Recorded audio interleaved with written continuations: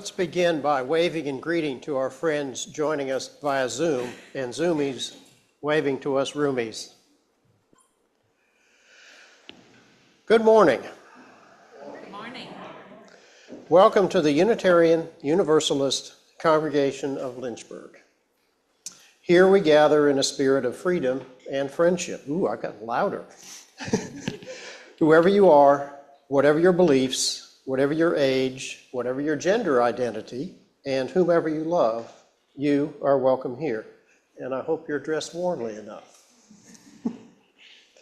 As we work together for justice, compassion, and peace, we also acknowledge with humility that our buildings sit on Monacan land. My name is Gary Duvall. I have been a member of UUCL for 53 years, and I'm a member of the Sunday Services Committee, and living proof that we do not discriminate on the basis of age. If you are with us for the first time, we are glad you chose to be here this morning to participate in the service for this church community we love. We would be happy to tell you more about our community during virtual social time on Zoom or in person in Drysdale Hall following the service.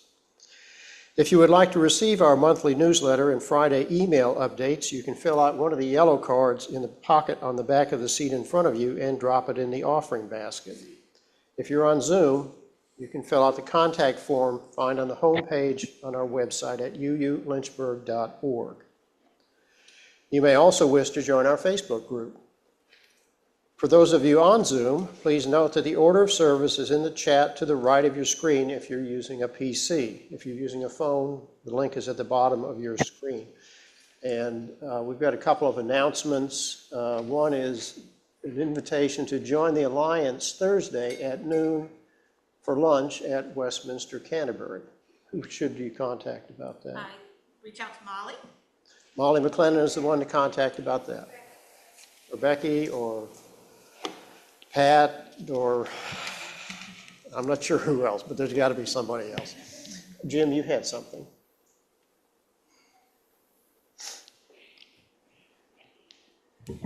Good morning.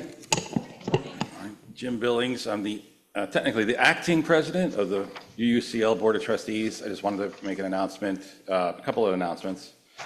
Our congregational leadership workshop has been pushed back to March 21st, we think. In the previous newsletter, I think I put save the date for February 21st, but it's now changed the date. And this is to give our planning group and the Board of Trustees the time it needs to complete sort of the programming, the content for that event. Our next board meeting is in the Charlotte Stern Library on February 22nd, so 2 weeks from today, in case anybody was tracking that. And then also Ellen Plummer, who was a minister intern here during the summer. There's lots of words there, thank you. Has finished her curriculum and is ready to become a minister. She is tentatively scheduled to be ordained in the Blacksburg UUCL on May 30th. So, and we would like to participate in that. In fact, she has asked if we would be a co-sponsor with the Blacksburg congregation for her ordination. And we'll put that out to a board vote by email. But we're very proud and grateful to have been part of this process for Ellen. So congratulations, Ellen. I don't know if you're here. And that's it. Thank you. As we enter our time of worship, we light the flame of our chalice, sharing these words. May the light we now kindle inspire us to use our powers to heal and not to harm, to help and not to hinder, to bless and not to curse, to serve you, O Spirit of life. It may need some alcohol. I didn't. Good. She's on top of it.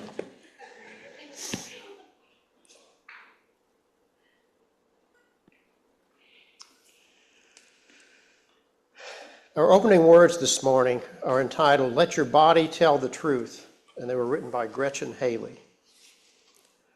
Come now, across platforms and practices, to declare joy with our resilience, to proclaim on purpose, we have survived the pandemics of our time. We have survived. We are surviving. We have pivoted, and we have planned, and then replanned, and then thrown all plans to the wind. In this circle, we will say without shame, some days we lost our way and our passwords. And we've not always been our best selves. We are learning, and not always quickly. To regroup and remember perfection was never the point. We are here because we long to try again. to promise with people to be partners in this long-haul work of loving and becoming, even while we grieve also the cost, which is not small and lingers in our hearts and turns only sometimes to rage. Here, let your body tell the truth. Shake free the stories that live in your skin. Breathe in your beauty and breathe out your burdens. Be here with all, and with all of us in the freedom of this new day. The storm is passing over. The sun is breaking through. This new day dawns for us all. Come, let us worship together. Our opening hymn is selection number 326, Let All the Beauty We Have Known.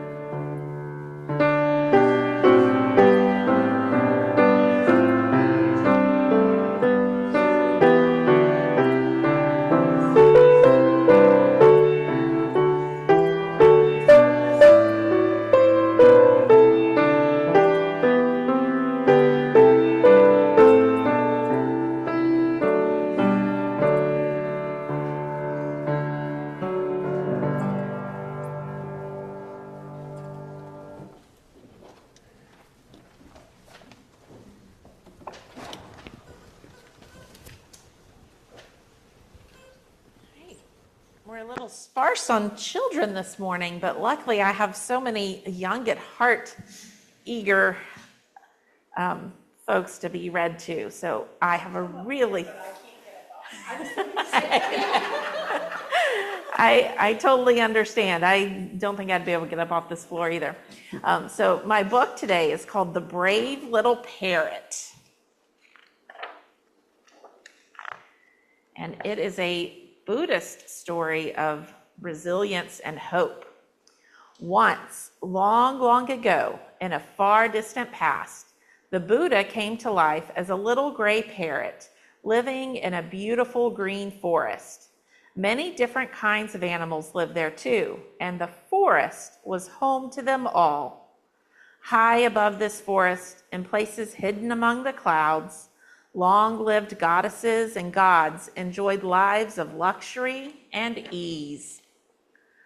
One day, dark clouds gathered over the little parrot's forest home. Lightning flashed, thunder crashed, and a dead tree, struck by lightning, burst into flames.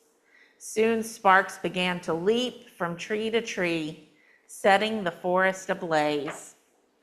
"Fire!" cried the little parrot to the many animals living in the forest below. "Fire! Everyone run! Run to the river!" And flapping her wings, she flew toward the safety of the river's other shore. After all, she was a bird and could fly away. But as she flew, she saw below her many forest great trees already wreathed in flame. She saw too many animals were trapped with no way to escape. Suddenly, she had a desperate idea and saw a way to save them, a way to save them all. Darting to the river, she soaked her feathers in the cool water. Filling a cupped leaf with water, she flapped her wings and flew back over the burning forest. Fierce heat struck at her. Thick smoke coiled. Walls of flame shot up, now on one side, now on the other. Twisting and turning through that maze of fire, the little parrot flew bravely on. At last, over the heart of the burning forest, she shook her body and wings. The few glittering drops of water that still clung to her feathers tumbled like jewels down into the flames, and with a sizzling hiss, were gone. She poured the water from her little leaf cup too, but it also vanished with another sad little hiss. Then back the little parrot flew to the river, where she again dipped her body and wings in the cool water and refilled her leaf cup. Flapping her wings, she rose up and flew back over the burning forest, where she again shook her body and wings and poured the water from her leaf cup. The precious drops she had brought all fell, glittering like jewels, and then with a hiss, they too were gone. Back and forth the little parrot flew, from the forest to the river, from the river to the forest, bringing more drops of water with each brave and daring flight. In time, her eyes turned red as coals, her feathers became charred, and her claws cracked from the heat. She coughed and choked, but still the little parrot flew bravely on. Now, about that time, some carefree goddesses and gods were drifting by in their cloud palace high overhead.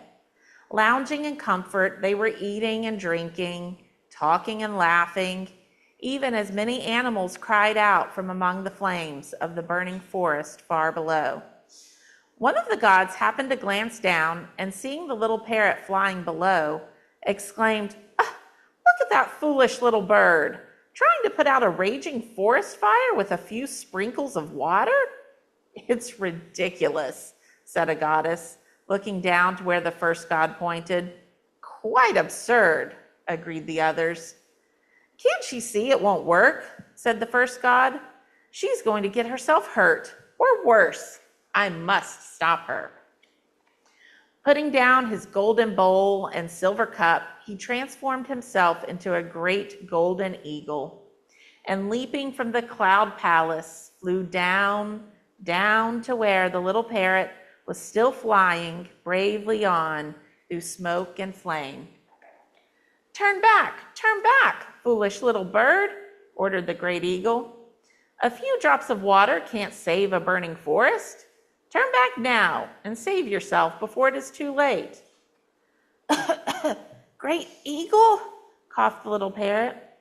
"Who doesn't know about taking care of themselves? My own mother, the dear bird, told me all about that back in the nest long ago. I don't need more advice. What I need is someone to help. The forest is burning, and my friends, the animals and trees, are going to get hurt." Then, having spoken, the little parrot flew bravely on. The fierce heat and thick smoke were too much for the great eagle, god though he was. Flapping his broad wings, he flew up in great widening spirals into the cooler air high above. Far below him now, he saw the little parrot flying bravely on. Up above him, he saw his fellow gods and goddesses still laughing and talking, eating and drinking, even as the forest burned and countless plants and animals remained trapped without hope of escape. Then, for the first time in his nearly endless life, that god felt ashamed. "That brave little parrot is right," he exclaimed. "We are gods and should do something." All at once, he no longer cared about being a god and living a life of luxury and ease. Now he just wanted to be like that courageous little parrot and help. Overcome by these new emotions, the great eagle began to weep. Tears poured from his eyes, sheet after sheet, like cooling rain upon the fire, upon the forest, upon the animals, and upon the brave little parrot. And what was this? Wherever his tears fell, the fires went out. The smoke cleared, and the forest became quiet and still. Glistening tears dripped from burnt branches and soaked into the scorched earth. Drip, drip. Then, like a miracle, wherever those tears touched, new life burst forth. Green grass pushed up from among still glowing cinders. Blossoms opened, leaves unfurled. New feathers now grew on the little parrot, too. Feathers red as flame, yellow as sunlight, green as a healthy forest, blue as a sparkling river. Such perfect colors, such a pretty bird. "The fire is out," called the little parrot in her joy. "Look, our danger is past." The animals looked at one another in amazement. Washed by those tears, they were all whole and well. Not a single one was harmed. "Hooray!" cried all the happy animals. "Hooray for the brave little parrot and for this sudden, miraculous rain." The end. All right, well, I am going to head upstairs and see if I have anybody waiting for me. Thank you for listening to my story this morning.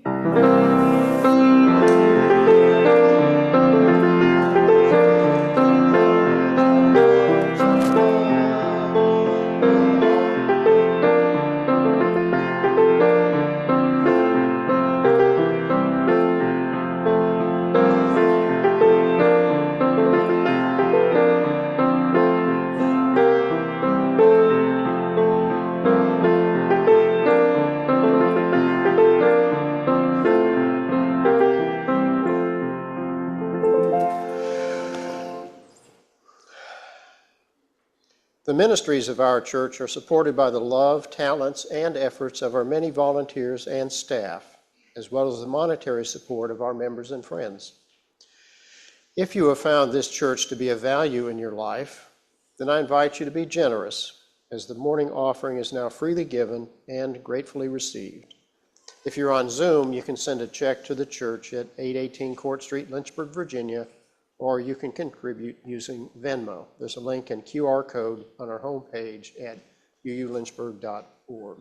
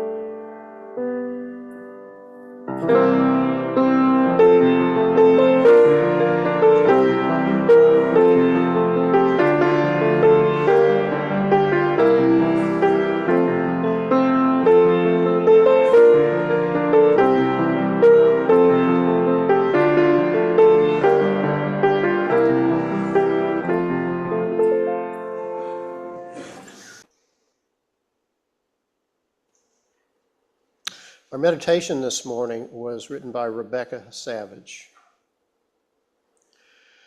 Spirit of life, both within and around us, be present in our collective yearning for renewal in this moment. Life has become super lifey these days, with the demands and pressures of jobs and roles, the tugs of the heart of people and places we miss and long for. The ways that when so much is asked of us, we crumble just a little bit more each day under the weight of it all. With soul-crushing, devastating news and updates from around the world and in our own communities, the loved ones in our lives hurting and struggling, the ways that we are hurting and struggling. Spirit of life, we pause to acknowledge the many challenges of life and send love and care within and without in the world. We pause to honor and hold space for the struggles we experience in our bodies and in our spirits, and send love and care to those tender places.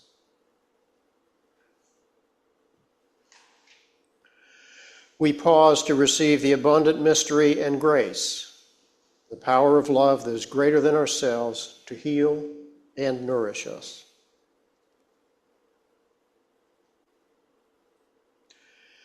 We call upon all the transcendent gifts of renewal to be bestowed upon us for an energizing renewal to fill us all in all the ways that serve our lagging spirits when our own resilience wanes.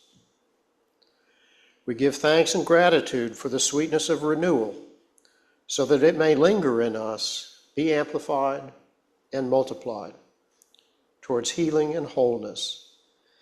In the name of all that is hopeful and holy, may it be so.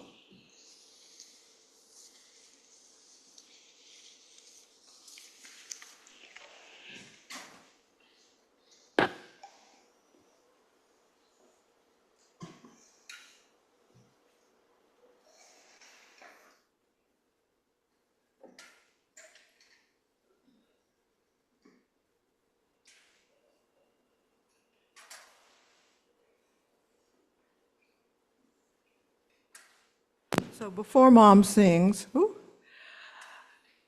her love of music started at a very young age. Her grandfather played all kinds of instruments, and for her, it started with piano lessons, and then singing and voice lessons, and it was at that point she said, "That's my instrument."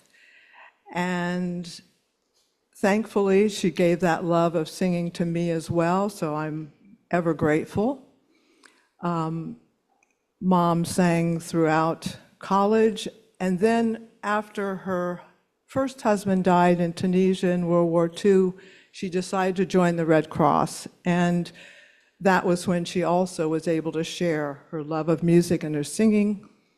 She was in Guam and in Hawaii towards the end of World War II, and the Marines were there, and they were anxious to get home, but she provided a lot of music and heart to those Marines during World War II. And then in Kokomo, she always sang the alto solo for the Messiah. And then when she was 40, she had her last child, and she said, "No more singing. I'm not singing anymore." Well, that's not true. That was a long time ago. Okay, so let's, Hope for the best. It's a little early in the morning to be singing.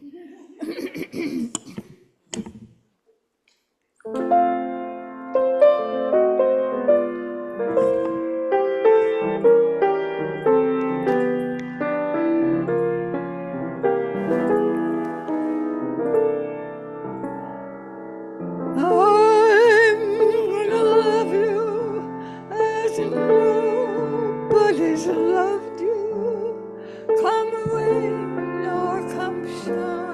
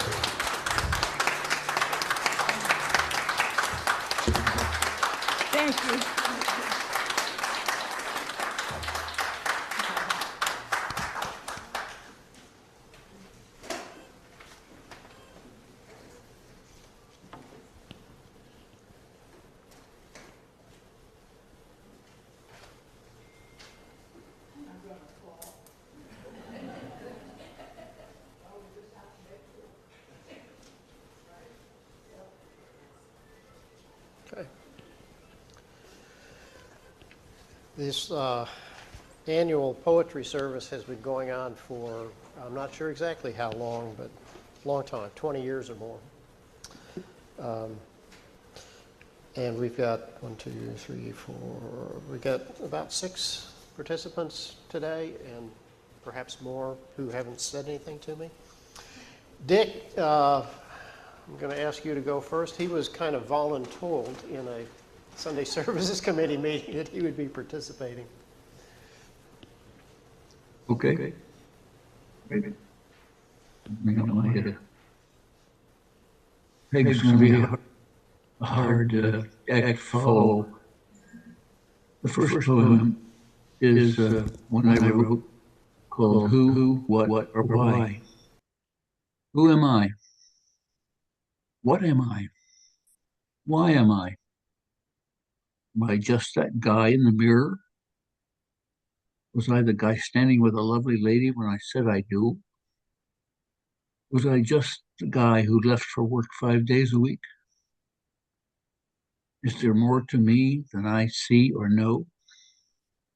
Am I just a collection of molecules that suddenly came to life? Am I just a pile of stardust that magically gained consciousness? Does life have a meaning or purpose? Or is life just a play held on the stage of our earth? A small, still voice within me speaks. You're more than a body. There's something within you that yearns to grow, not as matter, but in spirit. Your material body will return to the earth from which it came, but your soul can go on, even to eternity. You see material reality with mortal eyes, but you'd be amazed at what eyes of spirit could see. Yes, the material universe is real, but it is not the highest level of reality. It's more of a shadow of a higher reality. Your soul wants to grow wings, wings of spirit, so it can fly among the stars. It wants to seek the pathway to paradise, there to greet the source of all. As you feed your body food from the earth, so should you feed your soul food of the spirit. From the earth your body came, to the earth it will return, but your soul is the future you. And the future of your soul is among the stars. As your soul ascends to levels above, it will progress from the material to the spiritual. It ascends seeking the source of all. As it ascends, it seeks its eternal destiny. And I wanted to read other poems. I like the rhythm and intensity of this poem. You probably may have read it in grade school or in high school. We talked about it. The poem is The Tiger by William Blake. Tiger, tiger, burning bright in the forest of the night. What immortal hand or eye could frame thy fearful symmetry? In what distant deeps of skies burnt the fire of thine eyes? On what wings dare he aspire? What the hand dare seize the fire? And what shoulder and what art could twist the sinews of thy heart? When thy heart began to beat, what dread hand and what dread feet? What the hammer? What the chain? In what furnace was thy brain? What the anvil? What dread grasp?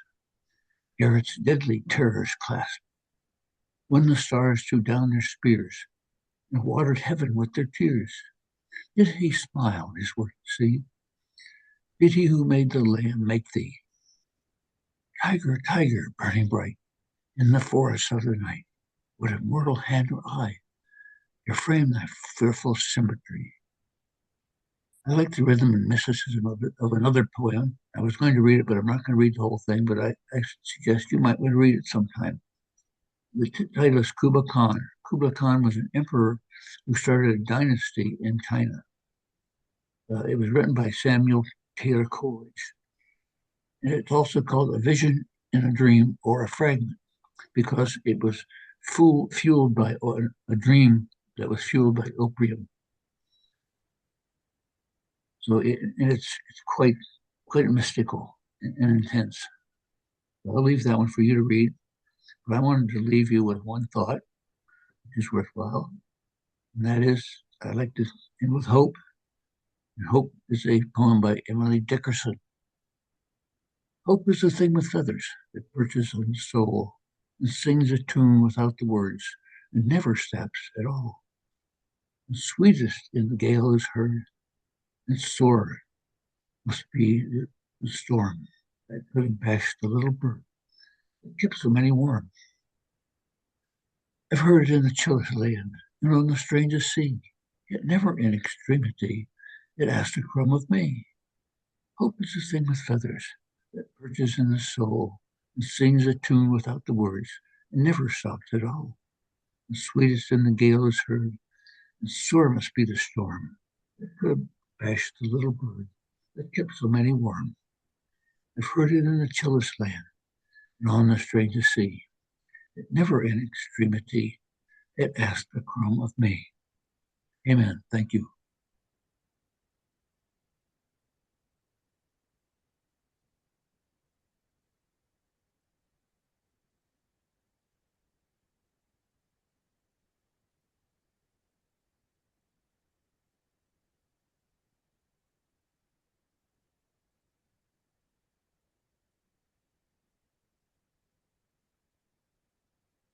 Amen. I celebrate myself and sing myself, and what I assume you shall assume. For every atom belonging to me as good belongs to you. I loaf and invite my soul. I lean and I loaf at my ease, observing a spear of summer grass. Have you reckoned 1,000 acres much? Have you practiced so long to learn to read? Have you felt so proud to get at the meaning of poems? Stop to stay a night with me, and you shall possess the origin of all poems. You shall possess the good of the earth and sun. There are millions of suns left. You shall no longer take things at second or third hand, nor look through the eyes of the dead, nor feed on the spectres in books. You shall not look through my eyes either, nor take things from me. You shall listen to all sides and filter them from yourself. I am the poet of the body.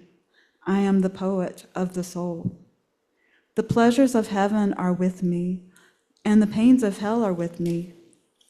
The first I graft and increase upon myself. The latter I translate into a new tongue. Do I contradict myself?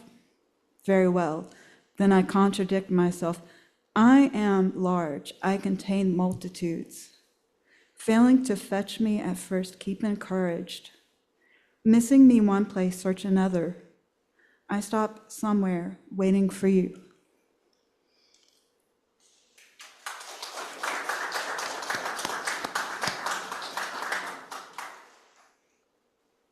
Is Makana with us? Thank you, Gary. Yes, here. The poem that I want to share this morning was written by Edward Warsaw, a longtime Unitarian Universalist member of the UU Church of Cheyenne, Wyoming, where Bob and I served as ministers. Ed died several years ago. He was a key member of the congregation committed to social justice, offering ideas and leadership for the continuing growth of our liberal congregation in a very conservative city, and believing deeply in the worth and dignity of every person. Ed was a licensed clinical social worker by vocation, working mainly with veterans and those who were challenged by addiction. And Ed was a poet by avocation, creating and facilitating a large poetry group in the community that met once a month and was open to everyone.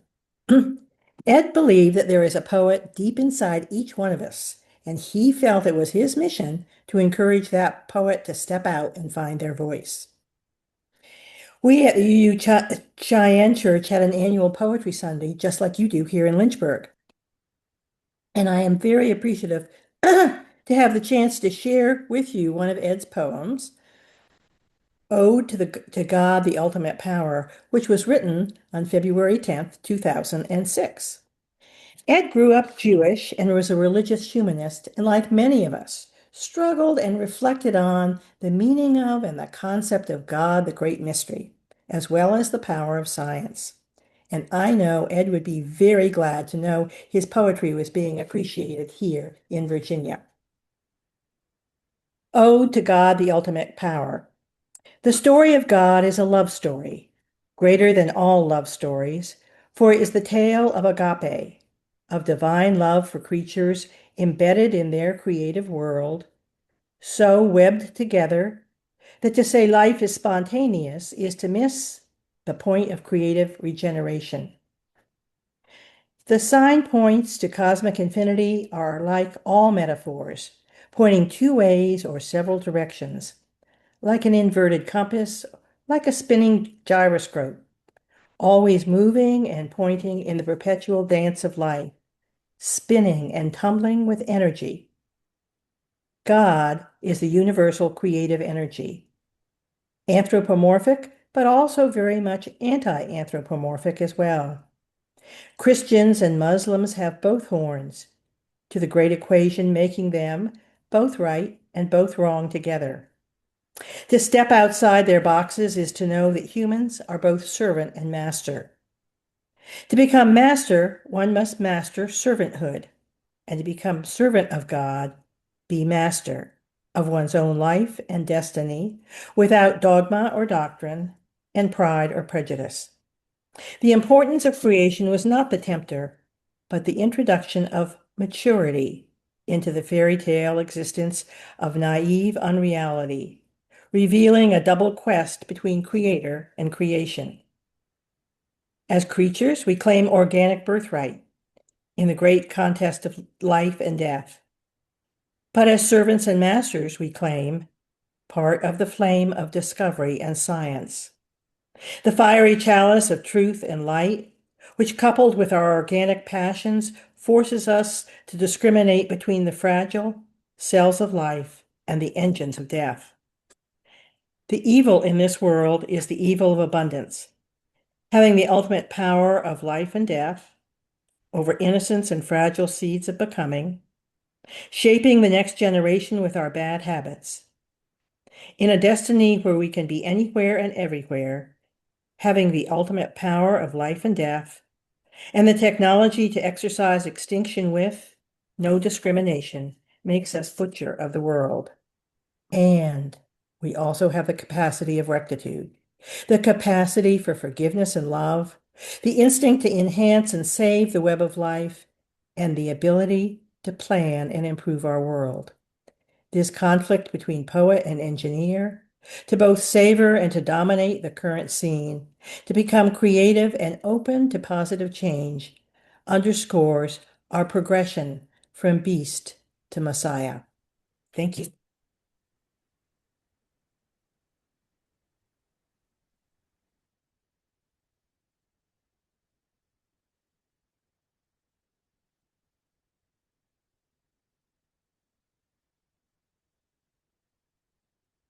Sarah and I are going to read Stopping by the Woods on a Snowy Evening for a few reasons.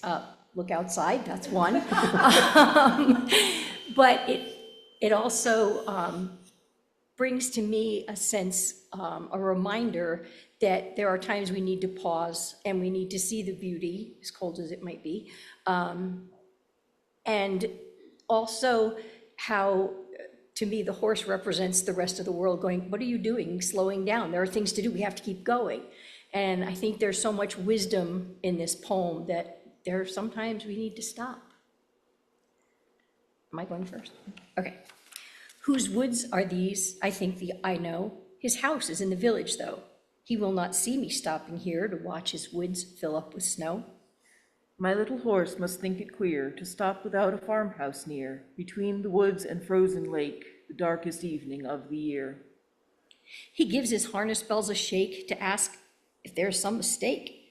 The only other sound's the sweep of easy wind and downy flake. The woods are lovely, dark and deep, but I have promises to keep, and miles to go before I sleep. and miles to go before I sleep. Thank you.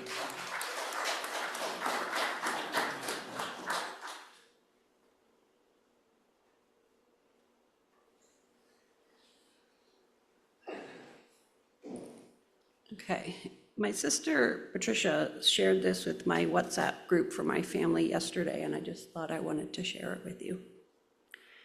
Look for the light. Look for the light when the chaos seems endless.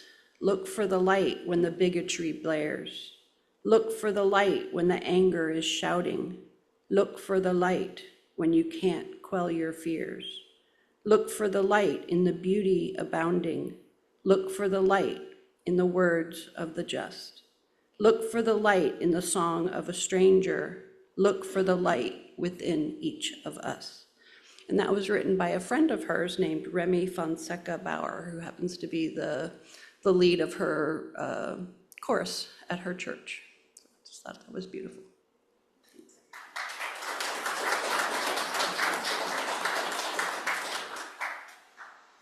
Just in case, is there anybody else who didn't say anything? Oh, we do have another.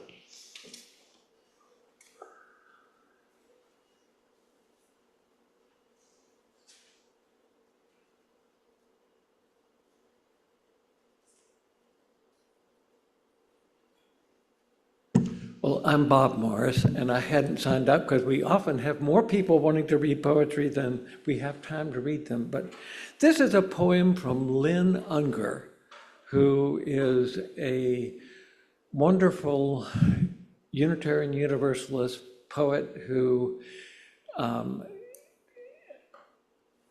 has written a lot of things, and this is one that she shared recently on Facebook. It's called All Souls. Sure, I call upon every living soul to rise up and rally for freedom and justice, to demand the promised kingdom of God, where the hungry are filled and the rich are sent empty away. But so far the meek are failing to inherit, and we see our inheritance of habitable earth being squandered more blatantly each day. Maybe we are too far gone for the living to save us. Maybe we need to call on the dead. Let this be my incantation. May the soul of each and every child shot in school follow those with AR-15 pins on their lapels through the halls of Congress, poking them and demanding with jury repetition of a bored child on a long car trip to know, where are we going? What are we doing? What is the plan? May the souls of those murdered in the Pulse nightclub dance to the loudest music all night in the living rooms of pastors who preach judgment instead of love. May all who died on the Trail of Tears form a wall of warriors between the armored agents and the ones who are trying to thrive where they are planted. May battalions of those who died in slavery rise up in every stateroom where rich men plot to suck profit from those who never wanted to be commodities. May all who hold the reins of power be haunted by the ghosts who insist that they deserved better, that we deserve better, and we were supposed to be better than this.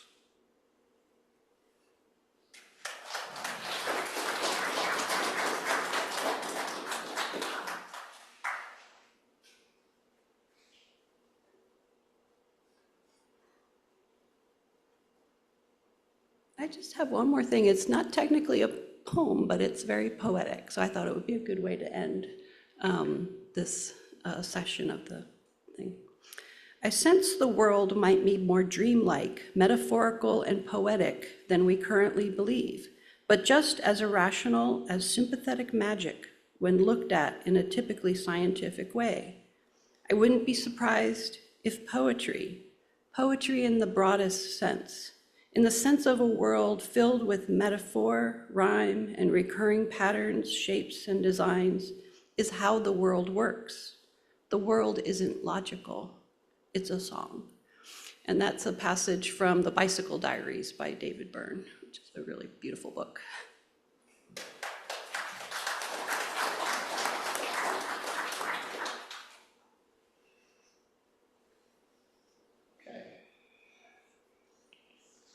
Please rise in body or spirit and join me in singing hymn number 194, Faith is a Forest.